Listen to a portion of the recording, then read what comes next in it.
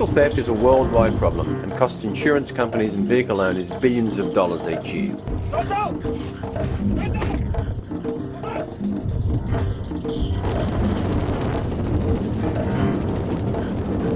The incidence of vehicle theft and hijacking is extremely high in South Africa, and I think virtually every member of society knows somebody who's been hijacked or who's had a vehicle stolen and so on.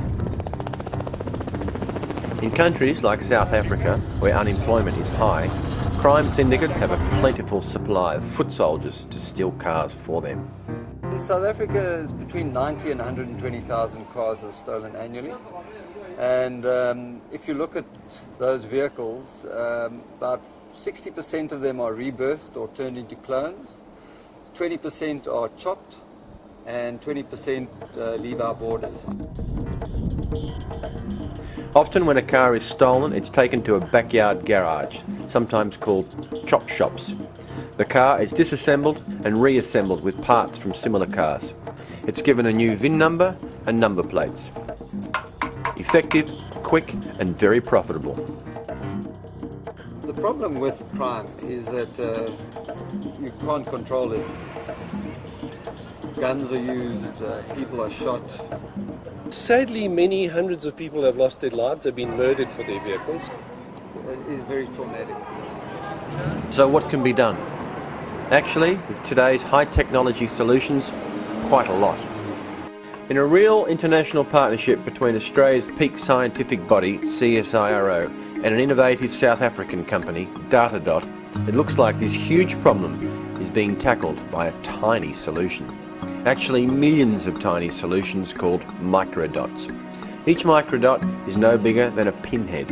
And if you think microdots look small, then let's look inside them. Okay, looking through it now, you'll see a huge amount of information, but in principle what you're seeing is the VIN information, which is the 17-digit VIN number, no less than 4 times, and in addition to that you have the country of origination and then a random sequence number that also ties in the actual information to this particular pot of dots. Pretty high-tech stuff. Well, yes it is. And the technology to develop these microdots has taken years of research and the scientific brains of 2 countries. But now that's all done, the rest is actually fairly low-tech. Pretty cool technology, but it's also very basic, and that's part of its strength.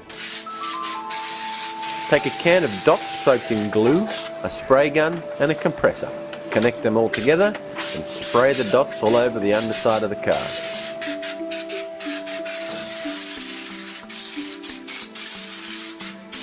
In the door panels, the roof, the chassis, the gearbox and throughout the engine.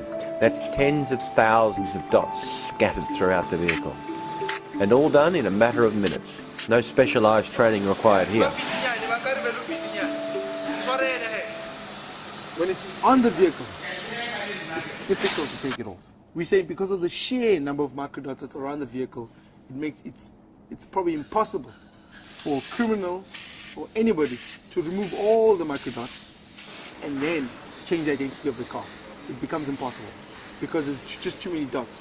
Whatever dot that you miss, that's a dot that the police or law enforcement authorities will find, and that's a dot that will make sure that there's a conviction.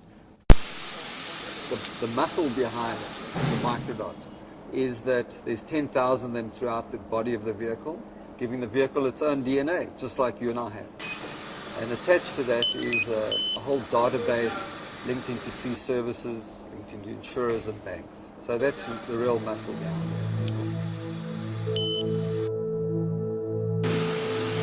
Detecting these silent sentinels is also straightforward. A small portable magnifying scope can identify the unique number in seconds. In South Africa, the police have been given more than 10,000 magnifying scopes to check suspected vehicles. An identity check will reveal the identity of the vehicle's owner in a matter of minutes. Hello Dale, got a new update on that vehicle? And an arrest can be made if necessary. It's a simple and elegant solution to a major worldwide problem. So effective are these little dots that major car rental companies like Avis and car manufacturing companies like Nissan use them as a matter of course. We want people to know that our vehicles are data dotted, and that if anybody attempts to steal the vehicle or to hijack the vehicle with the intention of selling the vehicle or its parts at a later stage, that we're able to identify those parts very quickly through the systems that we have in place. Imagine a crime boss's horror at the realization that he's just received a car with literally millions of car VIN numbers riveted to every conceivable part of his latest order. It's almost enough to turn him straight, or maybe instruct his foot soldiers to avoid cars with data dots. Either way, it's a good outcome for the owner of the vehicle. So what next? Data dotting small insects to assist in tracking migration paths? Actually, that's already happening.